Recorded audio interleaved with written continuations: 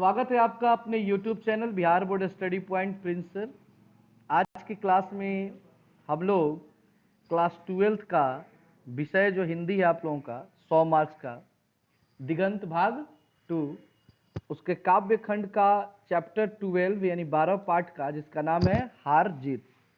कवि का नाम है अशोक वाजपेयी। उनके द्वारा जो ये कविता गद्य कविता जो लिखी गई है हार जीत, उसको हमने पार्ट 1 में पढ़ा था, उसका पूरा अर्थ समझा था, कवि का परिचय पढ़ा। अगर इस वीडियो को आपने नहीं देखा है तो एक बार चैनल के प्लेलिस्ट में जाकर के देख लीजिए।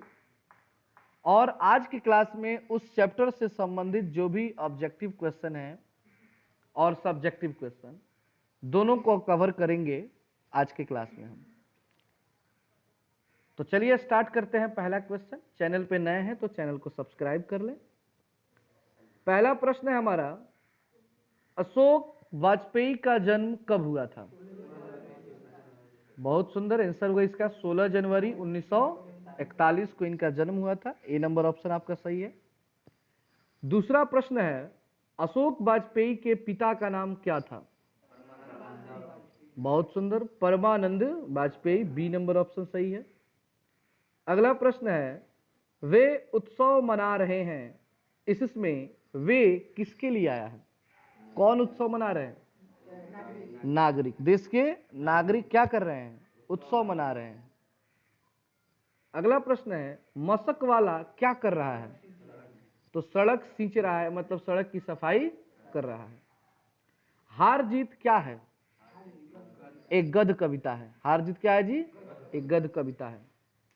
अगला प्रश्न है, अशोक वाजपेयी ने किस पत्रिका का संपादन किया था? पूर्वाग्रह। क्या नाम है उसका जी? पूर्वाग्रह का। अगला प्रश्न है, अशोक वाजपेयी किस काल के कवि हैं? जिस काल में हम लोग हैं, आधुनिक काल, उसी काल के ये भी कवि हैं। अगला प्रश्न है, अशोक वाजपेयी की मां का नाम क्या था? निर्मला देवी। क्या नाम है जी? अगला प्रश्न है, अशोक वाजपेयी का जन्म कहां हुआ था? दुर्ग जिला के छत्तीसगढ़ में। हार जीत कविता वाजपेयी के लिए कविता संकलन से ली गई है। किस कविता संकलन से ली गई है? कहीं नहीं वहीं। कहीं नहीं वहीं से ये कविता ली गई है। अगला प्रश्न है, अशोक वाजपेयी ने किस विश्वविद्यालय से बीए किया था? सागर विश्वविद्यालय से इन्होंने बीए किया था। और किस विषय में किया था? अंग्रेजी ऑनर्स था उनका। अगला प्रश्न है, अशोक वाजपेयी ने किस कॉलेज से एमए किया था? Saint Stephen's college, Delhi. Ashok Vajpayee किस विश्वविद्यालय के कुलपति रह चुके हैं? तो महात्मा गांधी अंतर्राष्ट्रीय हिंदी महाविद्यालय। हार जीत कविता में उत्सव कौन मना रहे हैं? नागरिक। इस क्वेश्चन को आप लोग दोबारा हो गया मत लिखिएगा, जो दोबारा प्रश्न उसको नहीं लिखना। तो ये आपके ऑब्जेक्टिव थे बस। चलिए इसके सब्जेक्टिव क्वेश्चन जो आपकी किताब में क्वेश्चन आंसर हैं, जैसे कि आपका पहला प्रश्न है, उत्सव कौन और क्यों मना रहे हैं? लगभग इसमें 10 प्रश्न है, तो इसका आंसर आप लोगों को नीचे दिया गया है।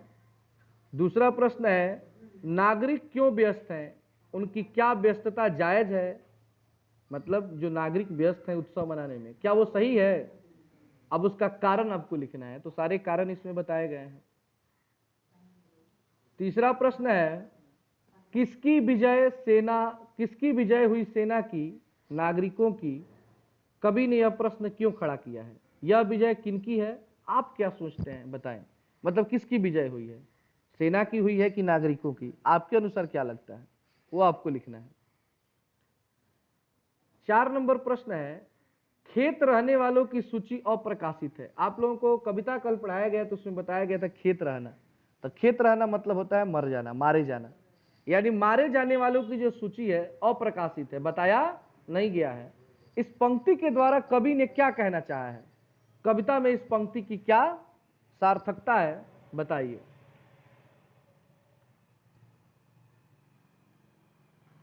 अगला प्रश्न है, सड़कों को क्यों सींचा जा रहा है? सींचना समझते ना आप लोग, आखिर उसकी सफाई क्यों की जा रही है? 6 नंबर प्रश्न है, बूढ़ा मशक वाला क्या कहता है और क्यों कहता है? ये भी लिखना है। 7 नंबर है, बूढ़ा मशक वाला किस जिम्मेदारी से मुक्त है? सोचिए अगर वह जिम्मेदारी उसे मिलती तो क्या होता। अगला प्रश्न है, जिन पर है वे सेना के साथ ही जीत कर लौट रहे हैं। जिन किनके लिए आया है, जीत किसके लिए आया है, वे सेना के साथ कहां से आ रहे हैं, वे सेना के साथ क्यों थे, वे क्या जीत कर लौटे हैं, बताएं। तो इस तरह आपके ये सारे प्रश्न हैं, आप अच्छे से इसको नोट कर लेंगे, इसके आंसर दिए गए हैं।